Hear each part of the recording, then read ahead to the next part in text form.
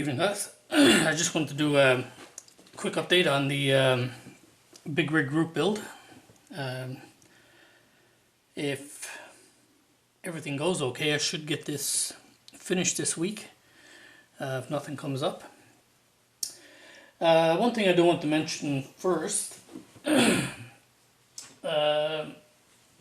you're watching this build, you know that I made my own decals, and I made them using a laser printer. And I had mentioned that one of the nice things about a laser is the toner is waterproof, so you don't have to clear coat the decals before you put them in water. You can just take them right out of the printer, put them in the water, and go to it. But I did mention how delicate the toner actually is and how easy it is to scratch it.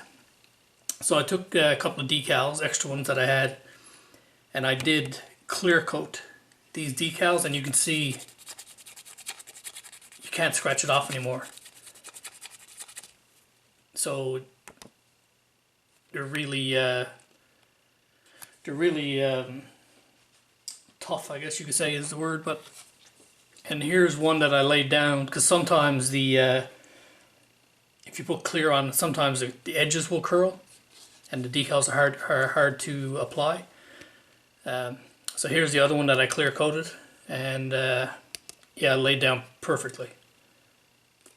And that probably has something to do with this paper as well. This is plastic, but the paper that it's printed on, it's quite good. So yeah, so just a little update there on the using the laser jet to make the decals. Put clear coat on them, and they're excellent. So you have access to a laser printer, whether at work or at home or at friends or whatever. Yeah, I would make use of it for the decals. So anyways, on to why we're here. Got the last bit of stuff primered and painted. So I got a little bit of a detail painting to do on a few of these parts.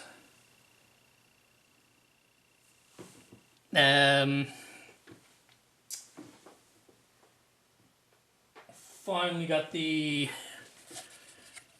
tank together now. Got the tank on the chassis. Started on the piping.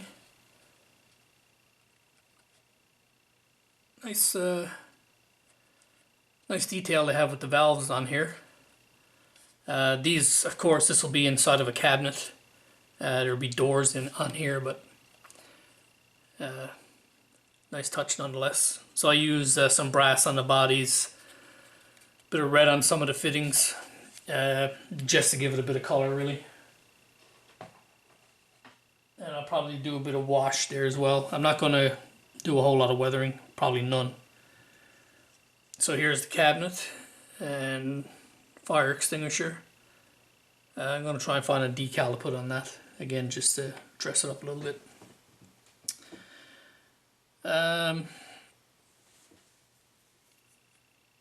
Started adding the wheel to the chassis.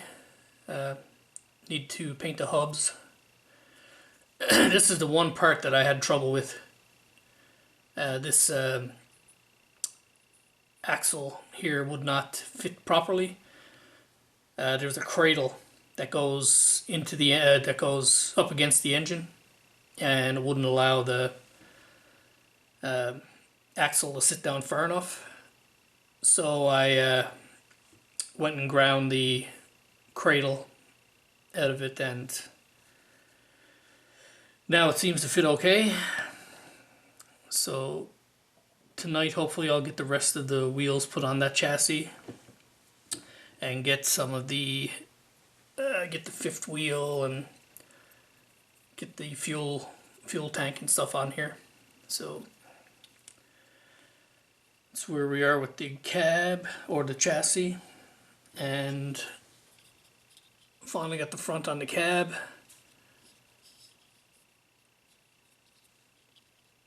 Dash and the steering wheel in,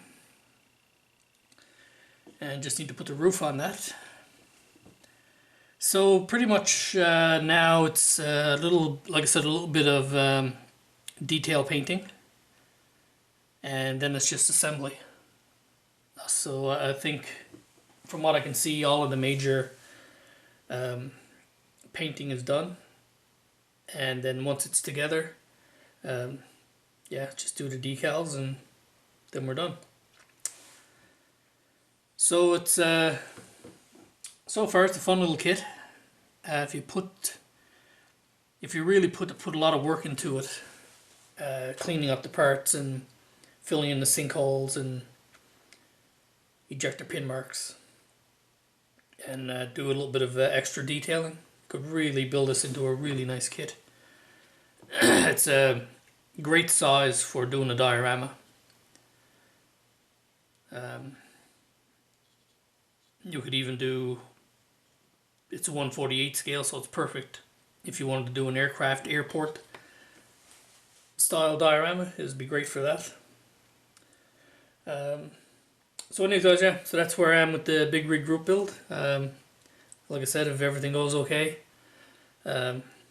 probably get it done by the end of this week, and then focus on the James Morris build and the Bismarck, and pick away at the other builds. So anyways guys, as always, thanks for watching, and hope you stay tuned.